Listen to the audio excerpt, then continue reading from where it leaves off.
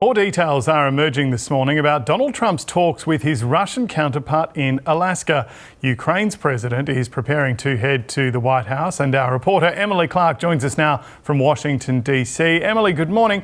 What's been said in the lead up to this summit at the White House? Well, today we've heard more about where things were left with the Russians in Alaska, and that kind of is setting up where things might pick up with the Europeans and Volodymyr Zelenskyy here in Washington tomorrow.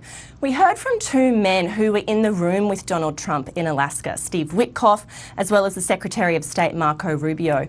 Steve Witkoff was really talking about security guarantees, and he framed what he called a concession that Russia made around security guarantees. He said that for the first time, the US was able to get Russia to agree that the US would act as a NATO-like partner and security guarantee in Ukraine. This has been a sticking point because Vladimir Putin has always said NATO cannot be on Ukrainian soil. But in this example, the US would act as that security guarantee.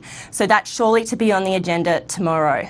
We also heard from Secretary of State Marco Rubio, and he was really pressed here today on the US's strategy around sanctions on Russia at the moment and why Donald Trump walked away from Alaska, not pulling that trigger of further sanctions and harsher consequences as he had threatened.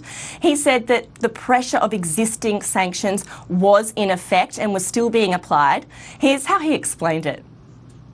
You know, when the Russians landed in Alaska, they were there to refuel. They had to offer to pay in cash to refuel their airplanes because they can't use our banking system. They face consequences every single day.